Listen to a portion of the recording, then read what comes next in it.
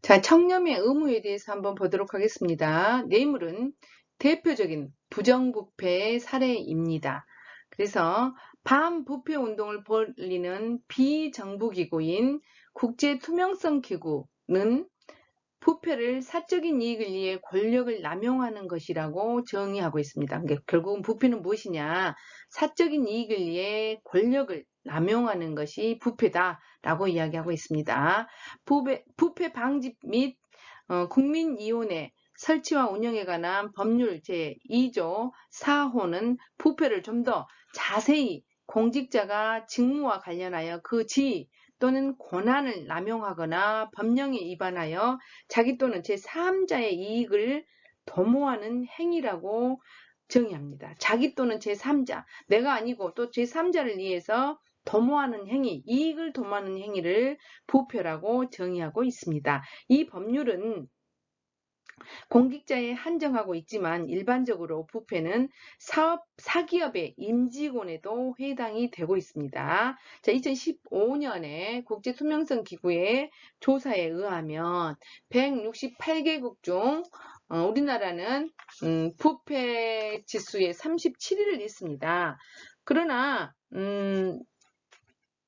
지금 찾아보니까 부패 지수가 7일을 2015년도는 했는데 2016년도에는 52인가 했더라고요.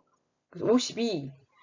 매년 국가별 청렴도 순위를 발표하고 있습니다. 그래서 2017년도에는 52위를 했고 2016년도에는 52위를 했고요. 2016년 미국이 18위이고 일본이 20위입니다. 근데 2016년도에 가장 청렴한 나라 하고 나와 있는 것은 첫 번째가 덴마크라고 나와 있더라고요. 덴마크, 뉴질랜드가 2위가 됐고요. 3등은 핀란드, 4위는 스웨덴, 스위스, 노르웨이. 아시아가 들어간 거는 유일하게 7위로 싱가포르입니다. 싱가포르, 네덜란드, 캐나다, 독일, 룩셈부르크 이렇게 순서로 돼 있더라고요. 근데 2015년도에 국가별 청렴도 순위는 물론 조금씩 변하긴 했지만 거의 똑같이 덴마크, 핀란드, 스웨덴, 뉴질랜드 등이 가장 투명한 국가로 선정이 됐습니다. 그래서 부패지수는 국제투명성국에서 매년 발표하고 있고요. 국가별 청렴도에서 순위를 보면은 첫 번째 덴마크라겠죠. 덴마크, 요즘은 이제 룩셈부르크도 들어가고요. 독일, 캐나다도 들어가더라고요. 10위 안에. 그래서 이런 나라들은 좀 투명한 국가다. 그런데 가장 투명하지 못한 국가 그러면은 어딜 것 같아요? 북한과 소말리아가 가장 투명하지 못한 국가로 조사되었습니다. 가장 부패한 국가를 0, 가장 투명한 국가를 100으로 기준했을 때 우리가 선진국이라고 알고 있는 국가들이 대체로 부패 지수가 높음을 알 수 있었습니다.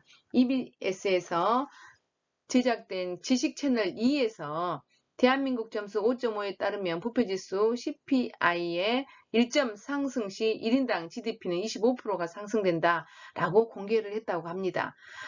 또 그러면 공해를 증가시키지 않고도 더 많이 일하지 않아도 경제 성장률을 최대 1.4%까지 높이는 방법은 뭐였냐라고 말하니까 뭐라고 말했을 것 같아요?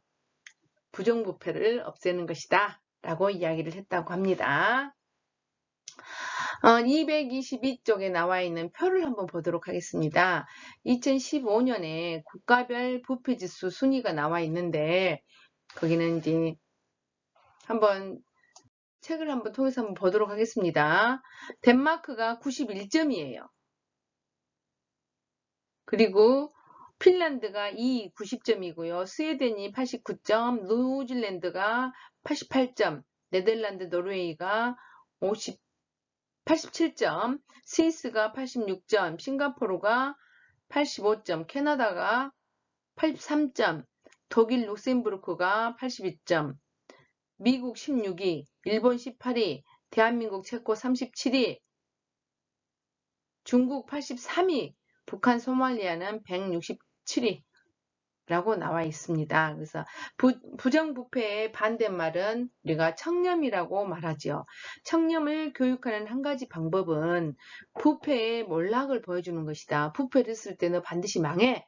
이것을 보여주는 것이다라는 겁니다. 부정부패를 했을 때 순간적으로는 성공하는 것 같지만 결국에는 몰락한다는 것을 보여줘야지만이 부정부패가 없어진다. 위에서 본 엘돈과 월드컴도 부정부패로 몰락한 대표적인 사례가 될 것입니다. 근데 이제 중국 같은 경우는 공산국가다 보니까 공산당원이 되는 것도 어렵다잖아요. 공산당원이 1억이다 해도 10분의 1밖에 당원이 될 수가 없잖아요. 인구가 10억이 훨 넘어가 버리니까 공산당원 되기도 어렵지만 공산당원을 되기 위해서 무진장에 또 힘들다 하더라고요. 근데 만약에 공무원이 됐을 때 또 거기는 돈이 부정부패가 너무 심해서 돈이 아니면 안 된다. 그래서 중국을 굉장히 돈으로 해결하려고 하잖아요. 그래서 그런 나라들이 그래서 중국 같은 경우가 83위가 됐잖아요. 이거 83위도 제 생각에는 안 될 것 같은데 83이라고 하니까요. 세계적인 육상 선수 벤 존슨도 부정한 방법을 사용했을 때 한순간의 영광이 있지만 결국에는 몰락한다는 것을 보여준 얘기겠지요. 그는 88 서울올림픽 100m 육상 경기에서 9.79초의 세계 신기록을 세우며 금메달을 땄지만 사흘 후 금지 약물 복용이 발각되어 금메달이 박탈되고 말았지요. 그 후에 다시 약물에 손을 대어 영구 자격 정지 처분을 받고 맙니다. 그래서 지금 당장은 내가 1등하고 싶고 유혹에 빠지고 싶지만 결국은 그것이 몰락의 길이다라는 것을 우리는 알아야 합니다. 그러나 우리는 주변에서 부정부패가 의심되는 방법을 쓰면서도 성공한 사례를 더 많이 알고 있습니다. 따라서 부정부패의 방법을 썼을 때 몰락하는 사례를 보여준다고 해서 사람들이 쉽게 청렴으로 돌아서지는 않습니다. 국민권익위원회에서 운영하는 청렴연수원의 사이버교육센터에서는 청렴하기가 왜 어려운지 그 원인을 찾는 방법을 청렴교육을 시행했다고 합니다. 그 교육에 따르면 청렴이 왜 이렇게 어려운가 하고 5가지를 설명하고 있습니다. 첫 번째, 자, 청렴이 왜 어려운가? 첫 번째를 보도록 하겠습니다. 우리는 권위에 대한 복종 때문이다라는 겁니다. 거스르기 힘든 권위의 명령 때문에 부당한 명령이라도 수행하는 것이다. 명령하면 우리는 그냥 따르지 이런 생각들.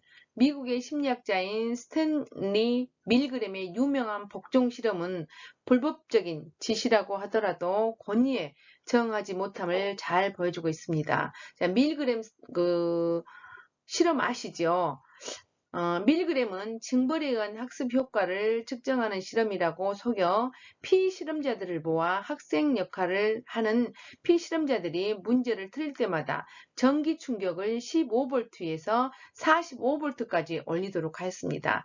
그 전기 충격기는 가짜이긴 했지만 교사 역할의 피실험자들 중 65%가 학생 역할의 피실험자들이 비명을 지르는 것을 들으면서도 450V까지 전압을 올렸다고 합니다. 자신의 행동이 잔인하다는 것을 알면서도 모든 것을 책임지겠다는 연구원의 말에 따른 것이다. 특히 우리나라처럼 위계질서가 강한 사회에서는 상관의 명령이라면 아무리 부당한 짓이라도 따르기 쉽기 때문에 부정부패가 더욱 만연하게 된다는 것입니다. 자, 권위의 복종 때문이다 라는 말을 남긴 사람이 있습니다. 그 사람이 누구냐면 독일인 아돌프 아이히만입니다. 수백만의 그 유대인들을 학살했잖아요. 그런데 그 아돌프 아이히만이 굉장히 유명한 잔인한 사람이었어요. 근데 그 유대인들이 어떤 사람들입니까? 끝까지 그 사람을 추적해서 기어이 찾아냅니다. 그 사람은 이름도 바꾸고 독일인이 아닌 것처럼 살면서 행세를 했지만 결국은 잡아서 재판에 넘깁니다. 1961년 이야기입니다. 그래서 결국은 잡혔는데 그 사람이 말하기를 나는 그 위에서 시킨 대로 했을 뿐이다. 나 잘못 없다. 나는 명령에 따랐을 뿐이다. 아무 잘못이 없다. 라고 이야기를 한 것입니다. 윗선의 지시를 받들어 성실하게 이행하는 것을 당연한 것으로 여겼다. 실제로 그는 피해 굶주린 악마나 잔인무도한 살인마가 아니었다고 합니다. 아주 정상적이고 지극히 평범한 중년 남자였다고 합니다. 아렌트는 그 현실이 도무지 믿기지 않았다라고 쓰여져 있습니다. 어떻게 저렇게 멀쩡한 사람이 그리도 끔찍한 만행을 저지를 수 있었을까?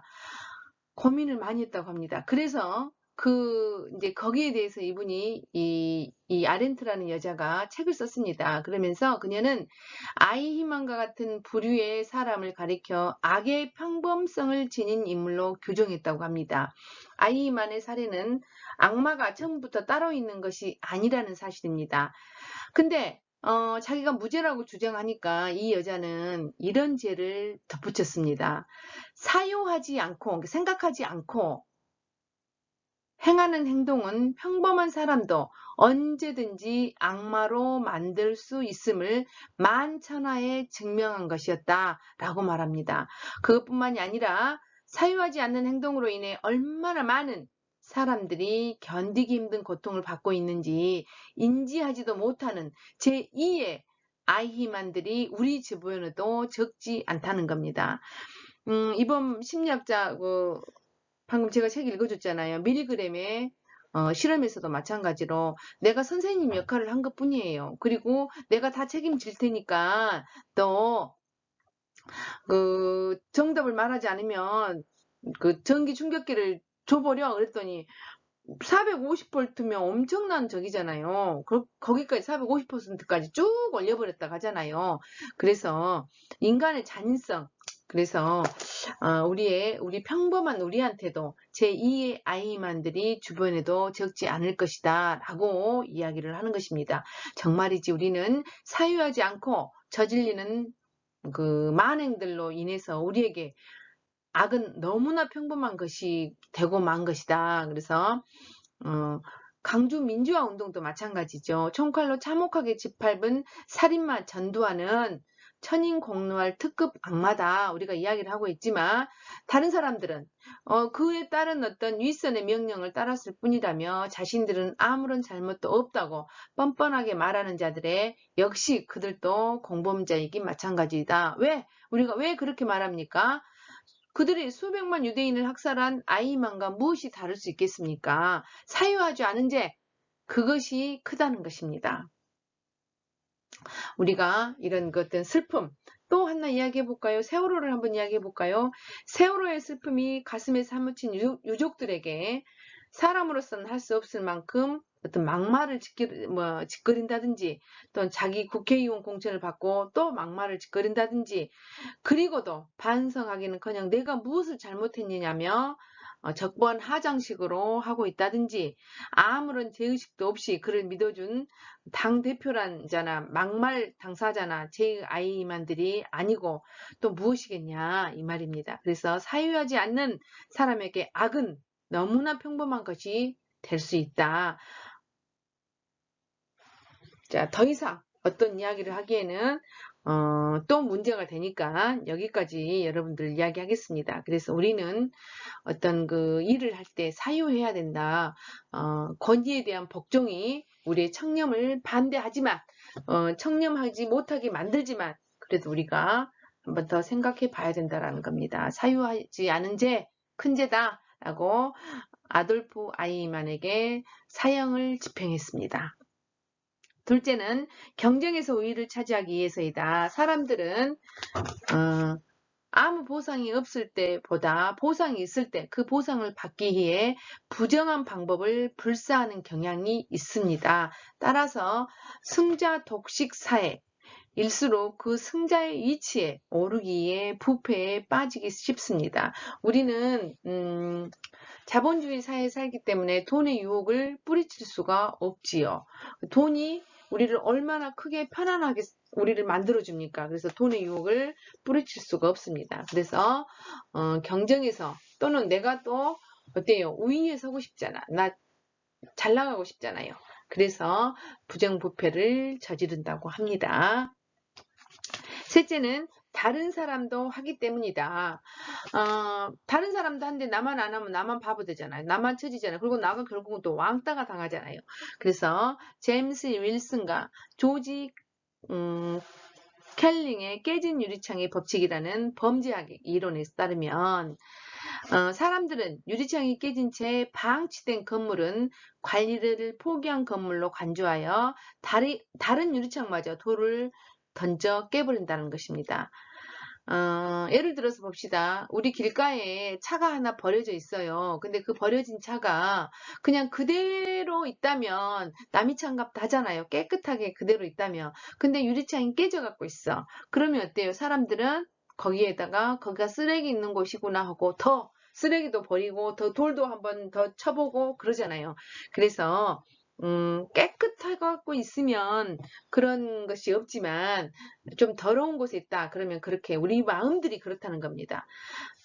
다른 사람도 하니까 다른 사람이 또 그렇게 버려져 있으니까 나도 한번 버려봐야지 하는 마음이 든다는 것입니다. 그래서 깨끗한 화장실일수록 더 깨끗하게 사용하지만 더러운 화장실일수록 더 더럽게 사용하는 것도 같은 이치이다. 다른 사람도 하기 때문에 나도 그렇게 해야지, 나만 바보지, 이런 생각들이 든다는 것이지요. 사람들은 자신이 기본적으로 갖고 있는 규범이나 도덕에 대한 생각보다 주변 사람들의 생각이나 상황에 더 영향을 받는다. 자, 우리가 근본적으로 도덕관념도 있고 윤리의식도 있습니다. 그럼에도 불구하고 다른 사람이 하게 되면 다른 사람의 영향을 더 많이 받게 된다는 겁니다.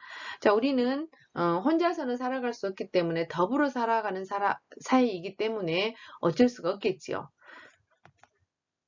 따라서 개인적으로 뇌물을 받으면 옳지 않다고 생각하는 사람도 주변 사람들이 모두 뇌물을 받는 것을 보고 거기에 따라가게 되는 것이다. 이거는 그 인간의 인지상정이겠지요. 그래서 청렴하지 못하게 된다. 인간의 본성이 그래서 그런다는 겁니다.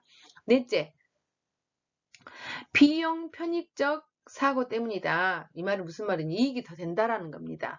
규범에 따라 옳고 그름을 판단하는 것이 아니라 뇌물이나 이권을 받았을 때의 이익과 처벌에 따른 손해를 비교하여 이익이 훨씬 크기 때문에 부정부패를 저지르는 것이다. 내가 두 개를 따졌을 때 부정부패를 저지름으로 인해서 나한테 이익이 훨 많이 돼버려. 그러니까 부정부패를 저지른다는 것입니다. 플라톤의 국가에는 양치기 목동 기게스의 반지 이야기가 나옵니다. 기게스는 어느 날 반지를 우연히 줍게 되는데 반지를 끼고 반지의 거미발, 보석이 안 빠지게 물고 있는 부분을 돌리니까 자신의 모습이 안 보이게 되었습니다. 그리고 거꾸로 돌면 다시 보이게 되었습니다. 플라톤은 기게스 반지와 같은 것이 생겼을 때 과연 도덕적으로 살 이유가 있는지 묻는다. 자, 내가 이렇게 반지를 차고 이렇게 탁 돌리면은 내가 투명 인간이 돼버려요. 그러면은 어때요? 도덕적으로 살 수 있겠는가 하고 플라톤이 우리에게 질문하고 있는 것입니다. 여러분은 어떨 것 같아요? 여러분은 그래도 투명하게 살 수 있을 것 같아요? 자, 뇌물을 받아도 들키지 않을 가능성이 더 크다면 사람들에게 부정부패를 해서는 안 된다고 말하기가 어려울 것이다. 그렇죠? 그럴 수밖에 없잖아요. 우리는 보수를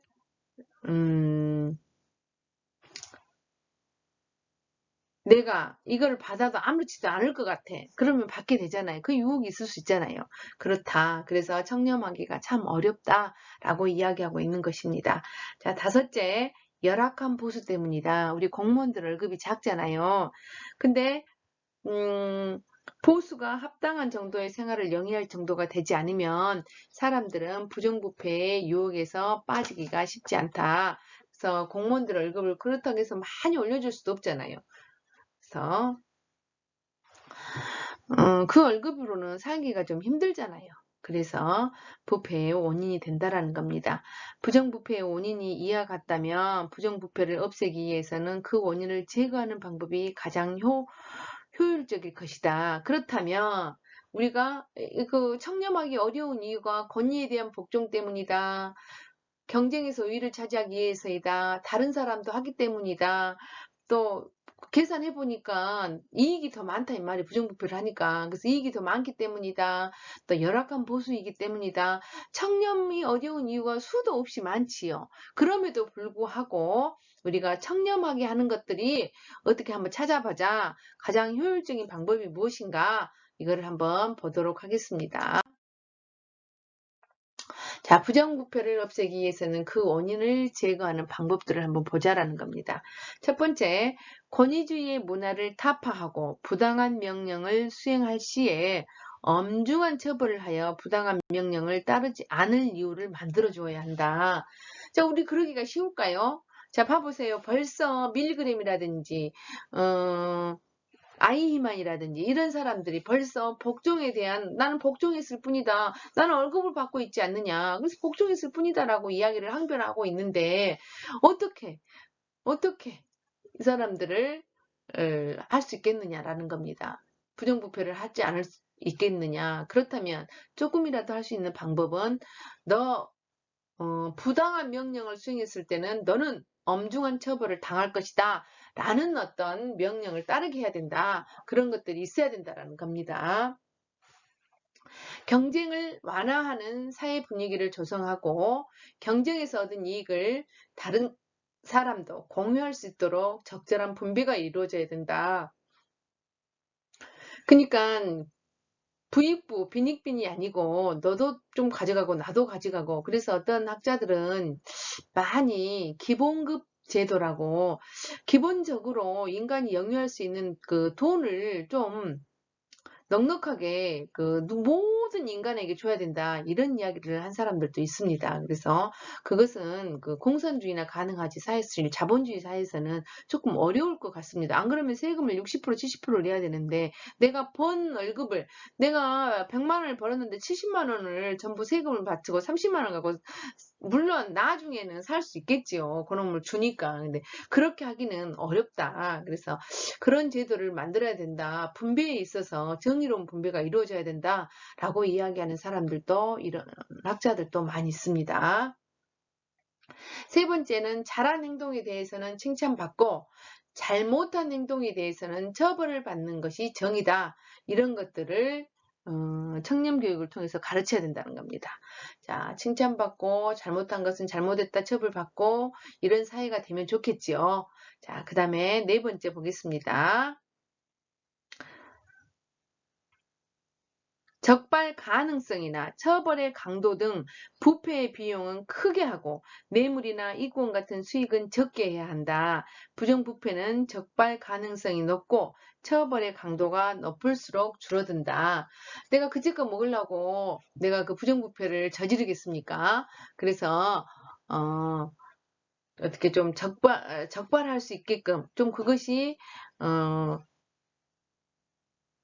빨리 나타날 수 있는 그런 투명한 사회가 이루어져야 된다는 겁니다. 그래서 모든 지금 많은 건설업체에서도 저기 경쟁 입찰이라고 한가요? 뭐 그런 입찰로 하지 뭐 다른 것이 없잖아요. 그래서 지금은 자기 실력이 조금 또 실력과 운이 조금 있어야 된다. 내가 뇌물을 매겨서 하는 그런 것들은 이제 거의 없어졌다고 봐야 합니다. 왜냐하면 인터넷이 보급이 되어서 투명한 사회가 많이 되었다 그랬지요. 그래서 그렇다고 생각을 하고 있습니다. 다섯째는 지나친 탐욕까지는 아니더라도 기본적인 욕구는 만족시켜 주도록 보수가 지급되어야 한다. 부정부패의 유혹에 빠지지 않게 할 수 있어야 된다. 자, 제 생각도 마찬가지입니다.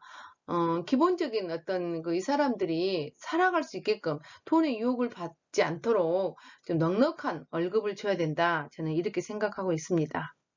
그래서 여러분들도 혹시 내가 직장 생활을 하면서 이런 부정부패의 어떤 그 유혹을 받더라도 어떻게 해서 조금은 덜 받을 것인가?